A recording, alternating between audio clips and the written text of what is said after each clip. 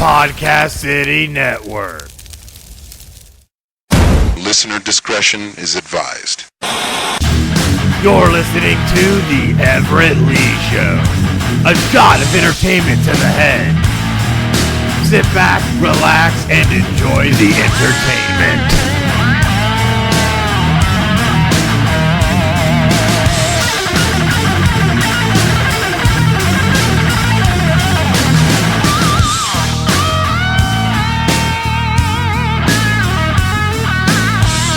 What's happening, ladies and gentlemen? Welcome to the Everett Lee Show podcast. Welcome to the 150th episode of the Everett Lee Show. I'm excited. I am so excited tonight for this monumental podcast. And a lot of it is not possible without you. I want to thank everyone that has supported the Everett Lee Show over the last 150 episodes. And I want to thank you from the bottom of my heart and sincerely. Without your support and your dedication and to everything that you do to help Everett Lee, I would have not made it this far. So I am so grateful and happy for everyone that supports the Everett Lee Show and Podcast City Network. And tonight, for the 150th episode, I needed some star power, baby. That's right. All the way from Kentucky, all the way, baby. I'm talking about right now, he is on the line, the true master of wrestling ring music, none other than Hurricane J.J. Maguire. How you doing, J.J.? Doing great, Everett. Thanks a lot for having me on the big show. I sure do appreciate it, but it's really cold up here. I wish I was down there where it's warm. It's not much better down here in Daytona, I'll tell you the truth, because it's just that it's starting to drop right now. The temperatures are in the 70s right now, probably about the 60s when it gets night, and the days are much shorter down here, believe it or not. By 5:36, street lights are already coming on, man. Wow. Yeah. Wow. It is. It's just crazy because you figure that with daylight savings time, that makes the days shorter. That's what I love about summer, because the days are longer because we have that extra hour and stuff. By 8 o'clock, it's usually 8:30. It's dark, but now 5:36. It's already dark. I'm leaving work at my job, and it's like, wow. It's like I felt like I just got to work, because it feels like the same thing. It's dark when I go to work, and it's dark when I come home.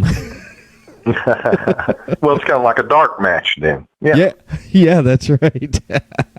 It is kind of like a dark match, man. That's exactly right. You took the words right out of my mouth, man. Okay.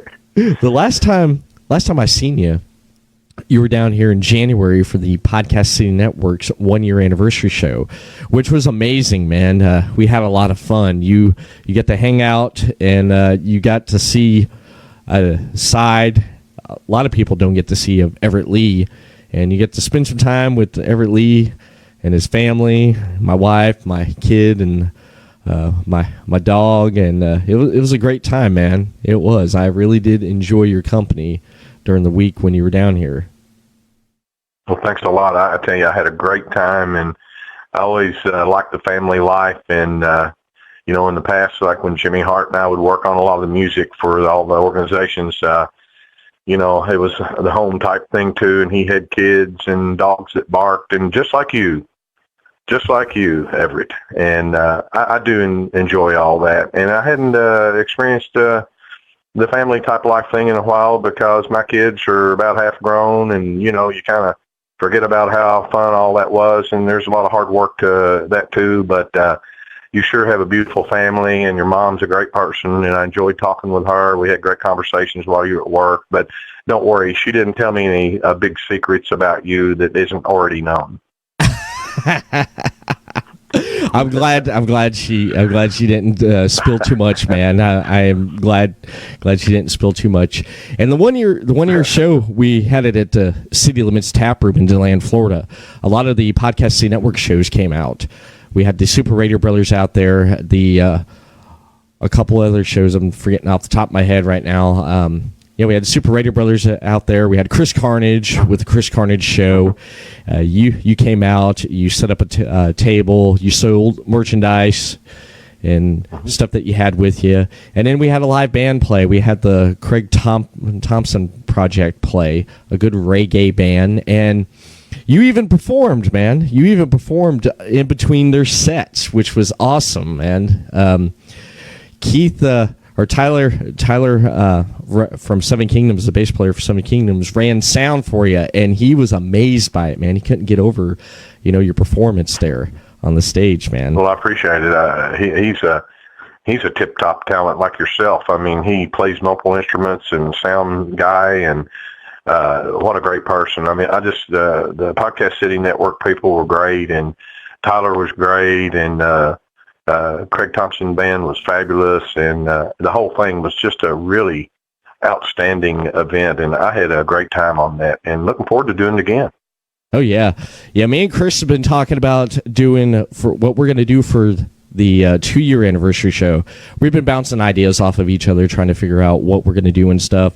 We're looking at big things, maybe a band that's well known around the area there. And DeLand might, decide to, come out and do a performance, and what shows are going to be coming out, because there's so many possibilities right now on what we could do for a 2-year show. But when 2020 starts rolling around more, we'll get the information out there, and heck, yourself could show up for the 2-year anniversary show. You never know, man. You never know. With bells on my toes. Bells on your toes. That's right, always. And one other thing about that 1-year show, you even got up there and you got the jam with the Craig Thompson Project, man. You got to play I Shot the Sheriff, and you jumped on the drums there. Tyler, he couldn't believe it. He looked and he said, "Who's that on the drums?" And we looked, and it was like, oh, shit. That's J.J, man. Look, he's playing the drums. You killed it, dude. Well, I took off my typical gimmick outfit, that I dress up and wear when I do the one-man show that I did on what you're talking about there for the thing. I do a 42-minute stand-up show where I do a couple of wrestling themes, but I do a lot of other stuff that I'd written and been released in the mainstream and whatever, and anyway, so I jumped out of there and went back and changed into some low-profile clothes and put on a beat-up cap and then kind of crawled back up there around the back way and got in on the drums while nobody was looking, and everybody was kind of trying to figure out, who is that? It was me. It was J.J. up there, man. He was up there. I had a great time. I know they tried to get you to stay up there because they loved you, man. They loved having you up there, and they tried to get you to do two other songs. Yeah, and I know that. I told him, I said, well, I think I've done enough. I don't want to take your drummer's job, because he's a great drummer, too. Their drummer, by the way, is a fabulous he's kind of a jazz fusion, reggae-ish rock blend type of drummer, but he's a great drummer himself, and I sure did appreciate him letting me sit in and play, and it was really fun. I mean, that event you all threw was really exciting. It was a great thing. I appreciate it, man. It was really exciting, and me and Chris, we drank and ate so much cake. And then the funny thing about that is that the cake, okay, Jim Knight, who owns the City Limits Tap Room, he loaned us a knife to cut the cake. So the next day when we got back here, we're looking, and I freaking noticed this knife. I got in on that, too. I think I got a few bites at night, too, while y'all weren't looking. We all did, man. I mean, it was a huge cake. Yeah, we did. It was huge, man. I mean, we had icing run out of our eyes by the end of the week with that cake. Oh, yeah, it was dynamite. It was all thanks to my wife there. But I noticed that knife because my wife said, I said, where do we get that knife? And I said, I don't know where we got it at. And she said, that's not one of ours. And then we realized, oops, we got Jim's knife. But I ended up returning the knife to him about a few months later. He forgot all about it. Oh, that's okay. He said, I forgot all about this, man. He's like, I was wondering where this knife went. I said, well, I've had it for months. I said, here you go. I said, I even put it in the dishwasher for you, man. I cleaned it before I gave it back to you. Yeah, that's nice. Yeah, it was. But that was a great time. Looking forward to year 2 to see what that brings for year 2. But one thing you're talking about making appearances here last month, you made a appearance at the Heroes and Legends convention up in Fort Wayne, Indiana. Is that correct? Mm-hmm. That's correct. Yes, sir. How was that? Sure is. And it was a great event. Half the people there I wrote the music for, Demolition and Brutus and Honky Tonk Man and everybody up there. It was just a great get together all the way around. Yeah, that you met some people that you haven't seen in a while, and you got to reconnect with people that you haven't spoke to since the WWE, WCW days, right? Yeah, a few of those that were. A few of them I've seen along the way, and we've conversed and done things, but there's still quite a few that, that I hadn't seen in quite a while, and Greg Valentine, I hadn't talked to him probably in 10 years, and it was exciting. I got, took some pictures with him and everything, and it was just a lot of fun. It was a really great event. That is awesome. And also you got to, where you were sitting at, you had J.J. Dillon and you had Tully Blanchard of the Four Horsemen sitting right across from you. That's right. How? Tully was sitting straight across from us. We were eye to eye, and J.J. and I went over took a little quick break. I had to stay at my table because people kept lining up, to talk and buy some merchandise and whatever. And so I went over there and I told Tully, I said, Tully, I just wanted to tell you that Tessa to me is the best woman wrestler in the business at this time. And she's super impressive and really ultimately talented. And he said, well, she's got the DNA. And I said, that's for sure. I mean, what else could you say? That said it all.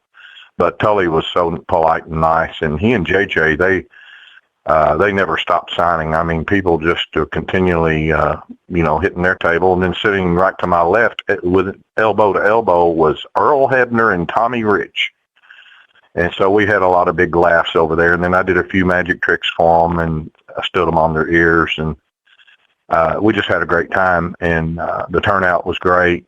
And, what can I say? It was exciting for me to be up there amongst so many icons, that I wrote the entrance themes for. And it was really flattering for me to be a part of all that with them. They're the greatest of all time. I'm just a little guy that puts some icing on their cakes, so to speak. We're talking about cake there a while ago, but it was really a great thing for me, and I really appreciated it. And the fans were stellar, and it blew me away that I had quite a few people came up to me and said, Mr. Maguire, you're the reason that we came to the show. And I said, what? I said, you're kidding me. I mean, you've got people out here, the greatest of all times, Intercontinental Champion, greatest of all time, and so on and so forth. You got all these guys out here, and you got Sting out here, and you came to see me? They said, yes, we did, because this one fella, he owns a recording studio up there, and he and his wife came, and he said, we saw that you were coming, and we came expressively to see you.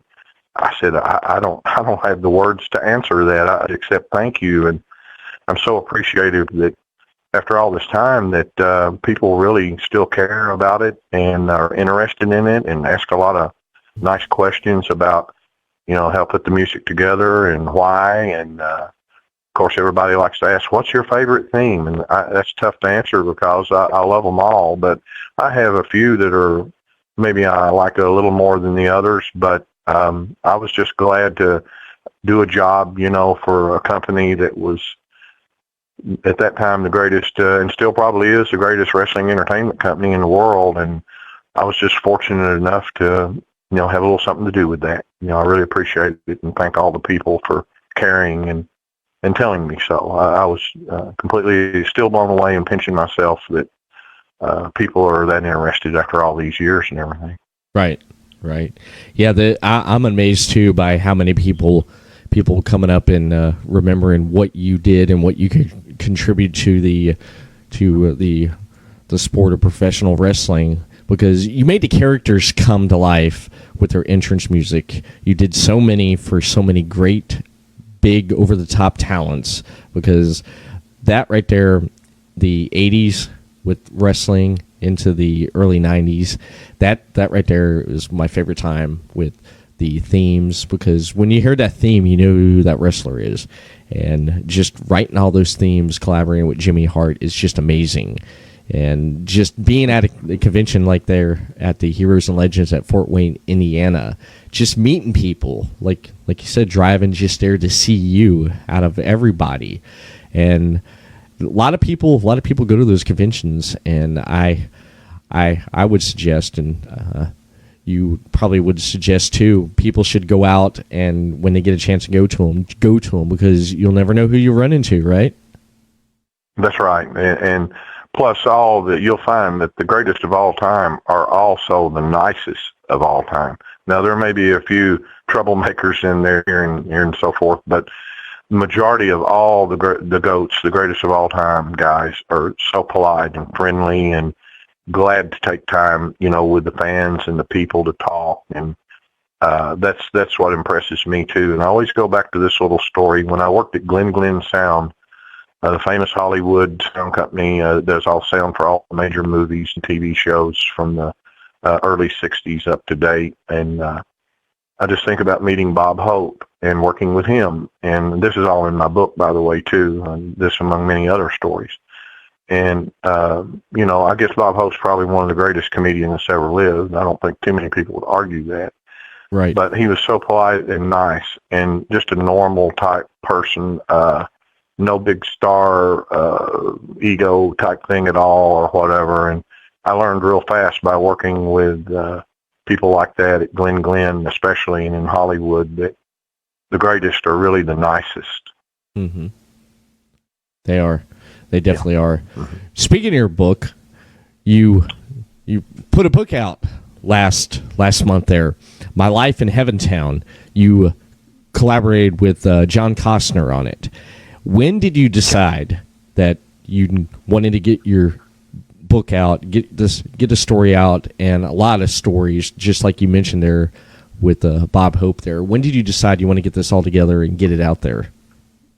Well, I occasionally be sitting around with some friends, and they'd say, "Tell us about some of those A-listers you worked with in Hollywood, J.J." And I go, "You really want to hear it?" And, I never ran down into people's houses and go, "Hey, listen to this story." That's the best way you can run friends off real fast or anything. But if people would ask, then I would tell them. And so somebody in there, eventually when I was telling some of these stories at a party or something, they'd say, "You ought to write a book." And I thought, well, that's for famous people. I'm just a musician that does some music and whatever. I'm not Bob Hope or Hulk Hogan or whoever, whatever. And they said, "Yeah, but you got some great stories with a lot of those people, and you ought to tell it." And I thought, well, okay. And I just kind of ignored it. But then fast forward years later, my son came home from school, and when he was 14 years old, and he said, "Dad, would you text these people and tell them that you are the wrestling music guy?" And I went, "Who wants to know?" He said, "Friends of mine in school." And I went, "What? 14-year-old kids want to know who I am? That's crazy. I can't even believe that hardly." And so he handed me his phone. He had about 18 people on there that wanted proof or whatever. So I texted him and said, "It's true. I am the guy. I am the wrestling music guy." And I got to thinking, if kids that young or have any interest at all in something like this, it happened so long ago, before they were even born or anything, I thought, well, maybe I ought to tell some of these stories and do something. And I guess the best way to do it would be to have a book. And so that's what really propelled me to get together with John Cosper and get this book out. And then also Jim Phillips, a great writer also, who writes for a wrestling blog called The Gorilla Position. he wrote an introduction on for the book for me, and then of course my good friend, best friend, and music partner, Jimmy Hart, wrote the intro, the foreword to the book. Right. And I was appreciated that too. And but anyway, that's what got me to to do a book. And I didn't. It's not a tell-all book about dirt and crime. It's not a TMZ thing. I told all my experiences with A-listers and whoever were all positive. So I didn't really have any dirt stories to tell or anything. Everything I had was happy-go-lucky, I guess, but that's just was my experience. And so that's what the book is. It's talks about, it's not just a wrestling book. It's not just a book about Hollywood icons, but it's the blending of the two and my experiences with a lot of Hollywood's greatest A-listers and also sports entertainment and wrestling's greatest A-listers too. Nice. You met a lot of people, which is mentioned in the book here. I mean, you've rubbed shoulders with Jackie Gleason, Rick Springsteen, Tom Petty, Vince Neil, Gene Simmons, Christy Alley, Henry Winkler, Robert Conrad, just Telly Savagne, Carol Alt, Patrick McNee, and John Landis. I mean, just you met so many people being out there. I find fascinated about Henry Winkler because our Happy Days, I loved watching reruns of that on like TV Land and stuff. And if you don't mind me asking, can you tell me just a little bit about talking with or your experience with Henry Winkler? Sure, I'll be glad to. And all these experiences in my book, these weren't just casual fan meetings where a fan runs up and goes, "Hi, can I have an autograph? Great to see you, blah, blah, goodbye." No, these stories, I had, close associations with all those names that you dropped there. And it's a lot more than just a fan meet sort of thing like people might be thinking. Right. So to answer your question, Henry came in. He was doing overseeing all the overdubbing and the dialogue and the narration for a show called Sightings. It was a paranormal show that was on back in the early 80s, and it was highly rated. Some people, I'm sure, remember that show. And so they did all the sound work at Glen, and I was in charge of working directly with the celebrities and, ask them if they want their telephone calls held or do they want certain calls to come through, who and what. Right. Do you want any kind of particular food on the sound stage? I was their liaison to comfort for their work while they're working there at Glen. I was in charge of public relations at night like that, and then I also oversaw the guy who ran the security team for Glen as well. So okay. I was in charge of the whole show. I was in charge of everything. I had to, they would call me from Paramount or Columbia and be bringing the major motion pictures over at midnight to have the sound work done on it and whatever, and I oversaw all that and made sure everything went to the right department. And so I was kind of a jack of all trades, but the beauty of it was I got to work directly, extensively with the celebrities that you mentioned. And Henry Winkler came in, and he had a big bag of health nuts and health food, stuff and grapes and whatever. And he said, "I take that with me everywhere I go." He said, "I'm kind of a health nut." I said, "Sounds good." So, but anyway, he was working on the show, and he took a break, and he came out there, and he said, "What was your name again, sir?" And he treated me like I was a celebrity. Uh-huh. And I said, "I'm John Maguire." And I said, "Anything that you need, Mr. Winkler?" He said, "Just call me Henry." And I said, "Sure thing." So he said, "Would you step outside with me for a minute? I'm going to check on my car." I said, "Sure." I said, "Our security team, don't worry. They're keeping an eye on it. Nobody will touch it, or no worries out there." And so we went out there, and he had a brand new Porsche. I forget the model number, but it was one of the super expensive ones, of course. Uh-huh. And so right beside his car was a Corvette Indy pace car. And so he asked me, he said, "I looked at that pace car when I bought my Porsche, but I thought I would go foreign and give the foreign thing a whirl, and so I got the Porsche instead. But I had to really decide if I wanted to buy Corvette 78 Indy pace car like that or this, but I bought this. He said, who owns that car? I said, Henry, that's my car. He went, oh, yeah? And I said, yes, sir. I said, that's my car. I said, I was in an accident. A guy ran over me in front of the Hollywood Bowl. So when the payoff came, he about killed me. I was in the hospital for 2 weeks and had extensive life-threatening injuries. But anyway, I took a portion of the insurance and bought this Indy pace car. And he said, fabulous. He said, it's a beautiful car. And he said, we've got some nice cars sitting out here, don't we? And I went, yes, sir, we sure do. This was like 1980, we were talking there. Right. And, but he's a car guy, and he's just, of course, he's a Rhodes Scholar also. And just another example of how polite some of the greatest icons are. And we had a great conversation about a lot of different things. And he just is a great person and a great guy, and he's nice to everybody. So that was my Henry Winkler experience. Nice. I like that. That's awesome, man. Meeting someone like that right there. The following support and sponsor Podcast City Network. City Limits Tap Room, sports bar in DeLand, Florida, has brew on tap, serve food. The grilled cheese is excellent. For upcoming events, check out City Limits Tap Room on Facebook.com/City Limits Tap Room. Morph Tee, a comfortable and lightweight 100% polyester t-shirt with illustrated morph characters that, when worn, will make the illustrations seem to come to life. For more of Tony Rodriguez's work, you can see his full line of apparel at teespring.com. Sports Sanity Customs have worked with organizations from custom embroidering polo shirts to jerseys for your kids' baseball team. They do it all.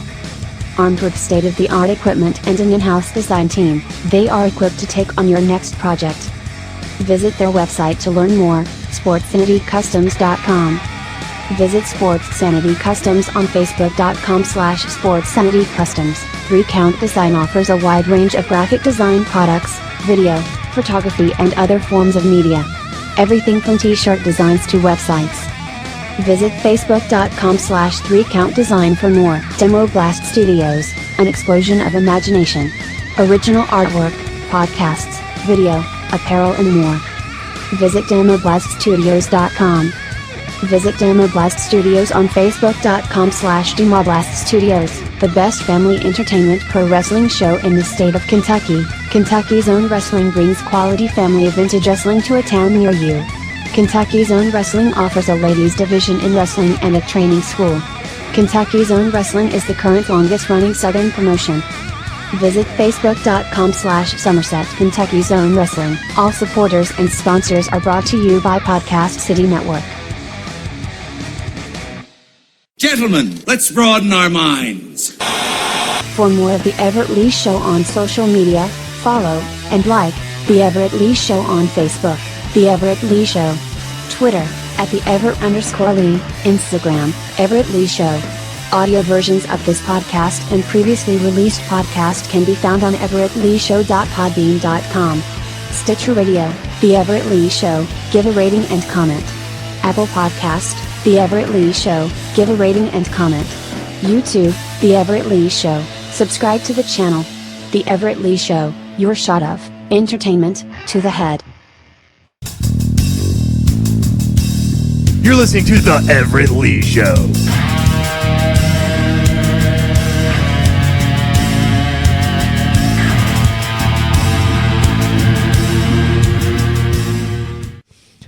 Tom Petty, Vince Neil, and Gene Simmons.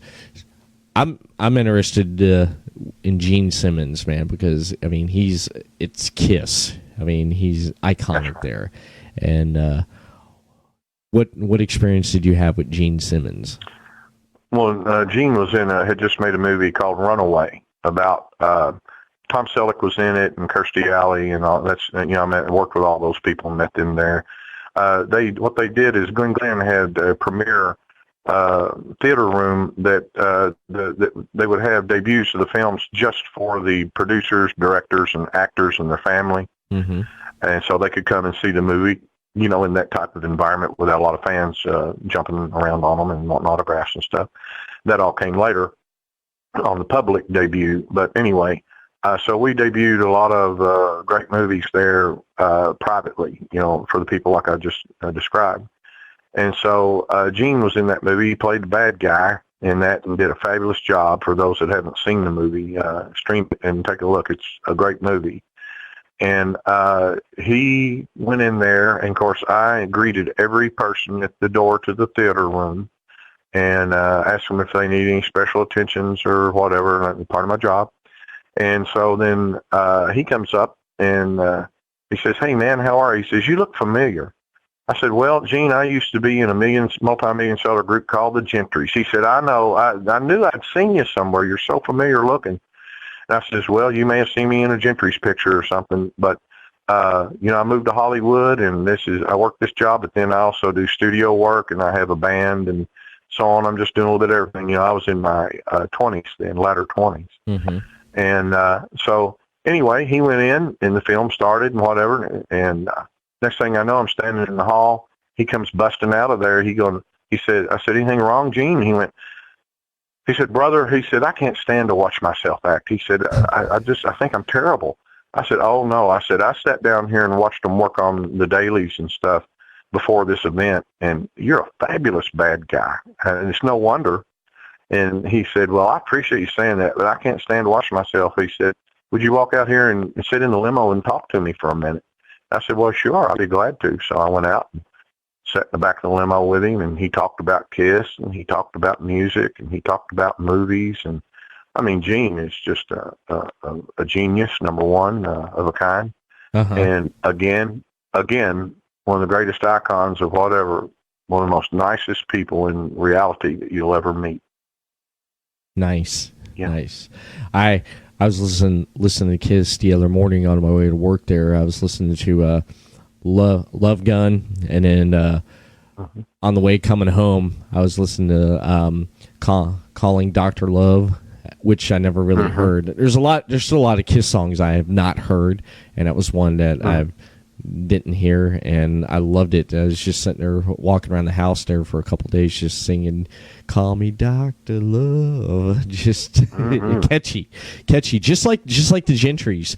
I loaded up the Gentrys one day. I was sitting there I had my daughter with me. She was sitting here on the computer with me, and I was sitting there going through YouTube, and I pulled up the Gentrys. I had pulled up "Keep on Dancing." She loved it. She loved it. She just loved that. She started bouncing up and down and jumping up and down. My daughter, just 2 years old, just loved it, and she had a good time. And speaking of having a good time, just this book here is just amazing. I was looking on Amazon.com where you could buy the book at, and you've already gotten like 5-star reviews. How do you feel about the feedback that you've gotten? And a lot of people and acquaintances and friends that you know in the business, have they reached out to you to let you know, "Hey, I bought your book, read it," and let you know what they thought about it? Oh yeah, and for the wrestling fans, which probably the majority of your listeners are, most of them. I also wrote his theme song too. Is the Longside Burn King himself, Honky Tonk Man.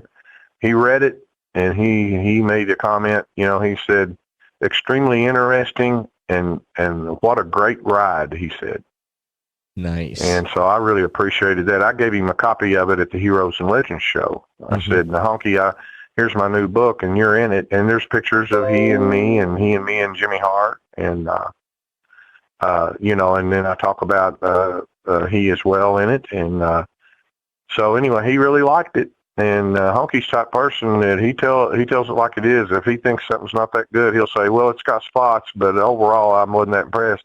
He's not trying to impress anybody. He'll tell it like it is, or whether it makes him mad or not. And he liked me. Lucky for me, he liked the book and said so. So, yeah, I've gotten good feedback from that. And,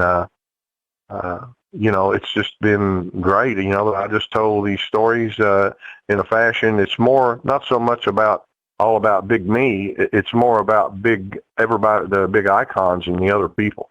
Mm-hmm. And my observation of the biggest of all time, and I'm just a regular type guy that got down in the middle of a lot of these icons and got to work with them and got to create this music for the greatest of all time wrestlers and so forth. And it's more of a observation of how I perceived some of the greatest of all time in all parts of entertainment that I worked with. Right. It's amazing. You've had an amazing journey. You have, and I know when you were down here and you were spending time right here with me, sitting like right next to me here when you were back in January, and we were on YouTube sitting there, looking at the music that you wrote, you and Jimmy Hart put together. And I almost had to pinch myself because I'm sitting here looking up at Shawn Michaels' Sexy Boy. And the man who most wrote played it, wrestling theme of all time. It's had more airplay at matches and TV than any other theme in history.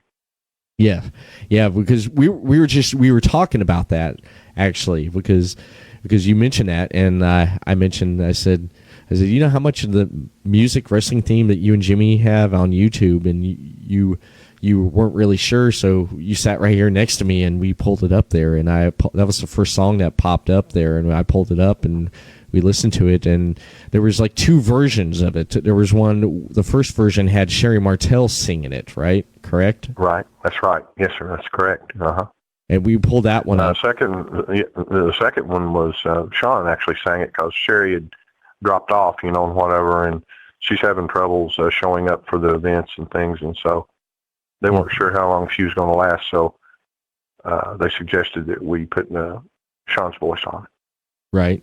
How was that right there? Collaborate with him, having that right there, having him sing it. It was with Shawn. Oh, great! Shawn he's a great team player and worker, and he picked right up on it. He listened. Jimmy actually sang a track on it for a male voice because her voice is higher, a female voice. Mm-hmm. And so Jimmy sang it in a regular octave for a male voice, and so Shawn took that home and listened and sang along with that and worked with it, and I think he did a very respectable job for a person that's really not a singer at all. Right. And I tell you, somebody else that did a good job that is not a singer but did well on what they had was Jerry Lawler. That was the first wrestling record ever done by myself and Jimmy was for Jerry Lawler, and Jerry sang it, but Jimmy put a lead vocal track on there, and then Jerry listened to that and used that as a guide and whatever. Then we took Jimmy's voice off and left Jerry's on, but right. Lawler did a good job on that as well, and these guys are wrestlers. They're not singers. They're wrestlers, and they're not trying to fool anybody into thinking that they're Robert Goulet or some fabulous world-class singer or something, but it didn't matter because they were who their character was. They were who they are, and they weren't trying to fool anybody. They were being themselves. Mm-hmm. And that's how I always tried to come up with all the music parts of the themes and everything is I wanted it to sound like something that sounded feasible, not something that's so overproduced and over the top that people can't sing along with it or can't play it or whatever.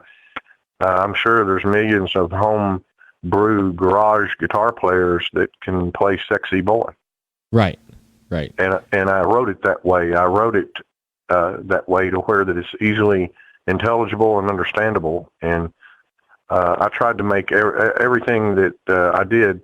I tried to make it not sound the same, like just the same old guitar heavy riff that's pretty good, but it's just the same type of sound and thing over and over for different characters. I made the music entirely original to each character. And of course, Jimmy, he came up with most of the words and whatever, the lyrics. He's a great lyrical writer. And then Jimmy, he plays some harmonica and can bang on the piano a little bit, but Jimmy doesn't really play any instruments per se, professionally. He's never had any training or anything, but he's has a fabulous ear. And, he would make great suggestions like, Maguire, I think it sounds good, but I think that first part ought to be a faster because when they come out of the curtain, so-and-so, he's almost running to the ring, like the Rockers, for instance. Right. Right. If we'd have had a ballad behind the Rockers, that wouldn't have worked too good. No. So it had to be dynamic and quick. Dun dun dun dun dun dun dun dun dun dun dun dun dun dun dun dun. And I think when I first started playing, I went, "Here it is, Jimmy. Here's what I come up with." Dun dun dun dun dun dun dun dun dun dun dun dun dun dun dun. He said, "It needs to be faster because you know how they run to the ring." Okay. So, but that kind of input and that kind of suggestion can make or break something that's okay to start with, but it can make it great rather than just being okay. Mm-hmm. So that's how our partnership, I pretty much did all the mechanical work and came up with all the musicality that you heard on the themes. But Jimmy was sitting right there with, advice of that kind of nature that's extremely important to make it all come together like that. But together, I think we were the most formidable music writing team that's ever been in wrestling. That's what the fans say, and I'm beginning to believe that from comparing it to a lot of the other stuff. Now, some of the other people that contributed music to the wrestling industry, they have done great work too. But Jimmy and I have had more absolute world-class icon music than anybody in the business that's done any of the music overall. We have more people that we have done the themes for, 113 themes altogether, and featured music and a few bumper tracks, like things that they would play when they're getting ready to go to commercial and things like that. Right.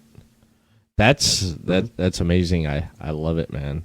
I love it. I love everything that you've done for professional wrestling with the themes, collaborating with Jimmy Hart, and just bringing everything to life. And you've done an amazing job, and having your book out. I appreciate it. And thank you, Merritt, for saying that. I mean, that really means everything in the world to me when people say that. Sincerely, I'm being sincere, man. I mean, your story's amazing. You've come a long way with everything that you've done, the people that you met, and just the music and your contribute to professional wrestling. And you got yourself a legacy right here that people will not forget, and especially more of your legacy and that journey there with your book, My Life in Heaventown. And you're going to be doing quite a bit of appearances. You have here coming up this weekend, you're going to be having an appearance. Can you tell me more about that coming up here? Sure. Thanks for asking, and thank you again, Everett, for those comments. I mean, I always tell people this, and I'll answer your question, is that I didn't write all that music for my ego. I wrote all that music for the world's ego. But yes, I'm going to be in New York this weekend at the big event. And I'm going to be there with a lot of the icons that I wrote the music for as well. And it's going to be a great thing. And I'm doing a lot of different functions. And when I get there Thursday, I'm going to be on the Monty and the Pharaoh show, variety show that's on up there and real popular. And they're going to have, over the course of Thursday night and Friday night, they're going to have Animal. They're going to have Hillbilly Jim and Michael Elgin and a couple other people. It's going to be great. And I'm going to actually be playing a little music with a friend of mine up there, a guy named Bart, who is, he and I are going to play a few licks of some of the icon themes. And then Hillbilly Jim is going to sing "Don't Go Messing with a Country Boy," and we're going to back him up on that. So that ought to be, I kind of let a cat out of the bag on that, but that ought to be really fun. And of course, I know all those guys, and I didn't write Hillbilly's music. Jimmy and I didn't write his. That was written by Marshall Chapman, who is a world-class, famous. It's a woman actually, but she's a famous country songwriter and really a famous rock songwriter and performer herself. And but we're going to play Hillbilly's theme, and he's going to sing it. So here we go. And then I'm going to be appearing at Cardboard Collectibles on Friday during the day, doing an autograph signing. And this place is a sports memorabilia shop place, and so I'm going to do that. And then do a little semi-band gimmick on Thursday and Friday night. And then Saturday at the big event, I'm going to be interviewed by Monty and the Pharaoh live on the floor of the big event from 5 to 6 p.m. And that ought to be fun, too. So got quite a few things to do up there. Going to be running and gunning around and I can't wait. I love New York City, and we actually go to Huntington, New York, is where the Rockstar Studios are that Monty and the Pharaoh broadcast from. And then it's a podcast show, but it's also visual, and it's on the local cable system up there as well, too. Mm-hmm. And so I'm going to be one of the first guests that's going to be on the show for people to see on the Comcast cable system and everything up there or whatever. So we're going to be running back and forth from Huntington is like 35 miles from downtown New York City. Right. So we're going to be running back and forth from there back into New York and back out there and so forth. But, yeah, I got a power-packed weekend planned and looking forward to it, and just promoting all my old good friends. And, oh, yeah, I forgot to say, speaking of great friends, Buff Bagwell is going to be on the show one night that I'm there. Yeah. Of course, I know Buff well, and Buff's great, and I've got a screenplay that I've got written up that I'm interested in maybe having Buff be a big star in it. So I'm going to talk to him more about that. And then I have a couple of agents. Eric Sims is going to be there. He's wanting to talk to me about doing some stuff. So who knows what the future holds, ladies and gentlemen. I'm going to the Big Apple to see what we can stir up. Nice, man. Nice. I love it. I definitely love it, man. You got a lot of big things going on, and one thing talking about big, I heard is, are you familiar with the American Giant?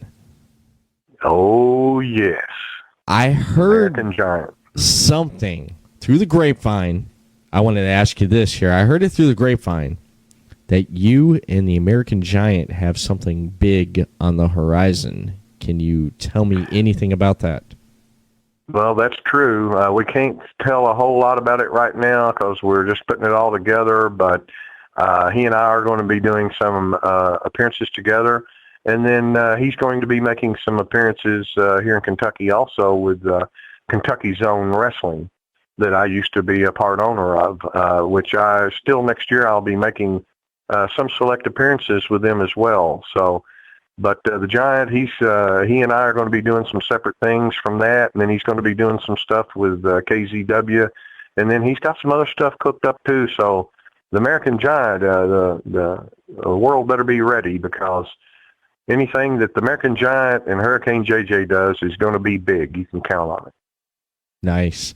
And speaking of American Giant, I'm going to have to press him on some information, because next Tuesday, a week from today, I will have none other than my guest will be the American Giant right here. Oh, he's awesome. Awesome.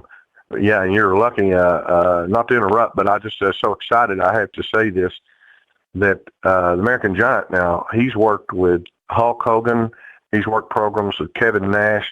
This guy is no first-timer or basement wrestler. You know, he's worked with some of the greatest of all time in WCW and WWF and so on. But I'll let him tell you some of those stories, because I'm sure you and the fans will be interested in hearing about a lot of that. Oh, yeah, definitely. I'm definitely going to be interested, because I am going to ask him quite a bit of questions, and I'll press him more and see what he can tell me about you and him collaborating, since you're not telling me that much there. Not to put you on the spot, man. But I'm going to see what I can get out of him. The American Giant, he's going to be on the Everett Lee Show next Tuesday at 9 p.m. Eastern, 6 p.m. Pacific, which I'll be streaming back over on twitch.tv/the Everett Lee. So check out next week's episode with the American Giant. If you don't have Twitch app on your phone, download it, create a free username, and you'll be able to comment on the live stream when Everett Lee goes live, and you'll be able to watch it as well. So make sure you download the Twitch app. And, of course, you could follow Everett Lee right there on Facebook, The Everett Lee Show, and on Twitter at The Everett_Lee. But besides Tuesday night, I will have none other than on Wednesday night. I will have on at 7 p.m. Eastern, 4 p.m. Pacific on November 20th, Wednesday night, the original Glow Wrestler, Gorgeous Lady of Wrestling, Sunny the California Girl, Patricia Summerlin, will be on the podcast next Wednesday, and that will be streaming also on twitch.tv/the Everett Lee. And I will be having her. And of course, on Wednesday night, Thursday night, you can check out the all wrestling program, Slammin' Thursday edition of the Everett Lee Show with myself and my co-host, the Chris Rose. This week we'll be talking about Monday Night Raw, the Wednesday Night War with NXT and AEW, and we'll be discussing this past weekend's AEW pay-per-view Full Gear and much, much more on Thursday night at 9 p.m. Eastern, 6 p.m. Pacific over on twitch.tv/the Everett Lee. And that's pretty much it. Before we do close, JJ, where can people find more of the true master of wrestling ring music, Hurricane J.J. Maguire, at on social media? Yeah, you can. Actually, there's 3 sites there with my name on it, but one of them is the most active. One of them I haven't fooled with in a long time, and some guy, smart aleck, said, "Yeah, you only have 9 friends." Well, I had that particular account was hacked and whatever, so I gave up on it. But I have a company here that's designing me a really great web page and everything. It's really professional and all that. But you can see about me and general information online.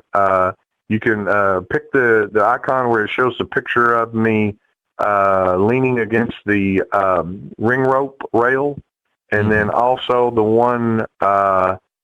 There's 3 of them, but that one and then the one where it's got a picture of me in the wrestling boot band. Those 2 are your best bets. And you can see what you can see there. But I'm going to shape that up, and next year I'm going to have a lot better of a social media setup. You got to remember, I've only been fiddling with social media for barely 2 years now. So right. I got late to the game, but at least I'm at the game. Yep. Yeah, that is. At least you're keeping up with the times, man, and that's great, because I think that's one great quality about you is you've kept up with the times. You keep up with everything that's going on with current wrestling, with music, and you just keep up with it so much. And that's you have evolved with the times, and that is awesome. Appreciate it. Yeah, I like to try to keep up and have fun. You know, life is nothing without some fun. So here we are. Exactly. Speaking of fun and life and everything, that's pretty much it for this 150th episode. I want to thank, again, like I mentioned at the beginning of the program, I want to thank everyone that has supported Everett Lee in the last few years and all the way up to this 150th episode.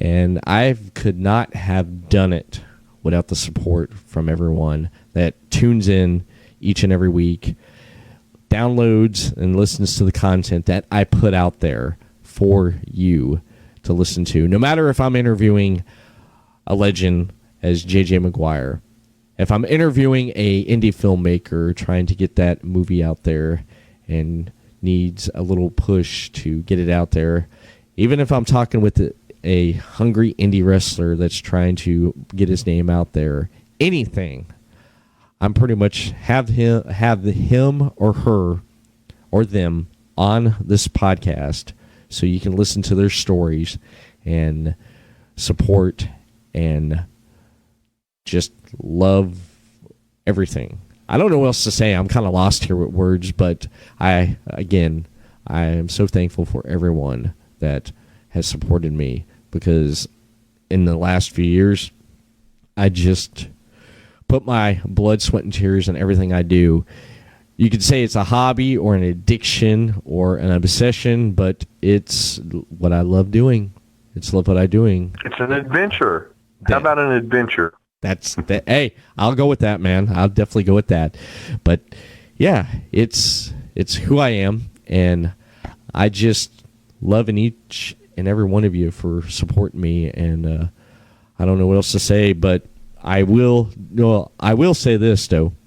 You can support more of the Everett Lee Show over on podcastcity.net. Head over there for shows such as the Everett Lee Show, Final Score, Wrestle Popcast, Deathmatch Wrestle Podcast, Mark the Shark MMA Show, Final Score, Chris Carnage Show, and much, much more in the Super Radio Brothers and the Imaginarium with Scott and Todd over on podcastcity.net. Follow them on Facebook, Podcast City Network. Give that thumbs up. And on Twitter, send them a tweet over on Podcast City Network at Podcast City Net. Subscribe to the YouTube channel for the video and audio podcast over on YouTube, Podcast City Network. And follow them on Twitch, Podcast City Network. And more of the Everett Lee Show on Facebook, the Everett Lee Show.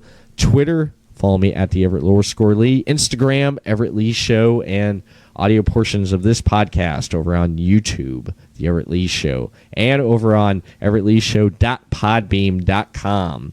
iTunes, write a review. Give me a 5-star on iTunes if you subscribe to iTunes, and Stitcher Radio, same thing. Give me a 5-star review, and let me know what you think of the podcast for audio portions right there of the Everett Lee Show.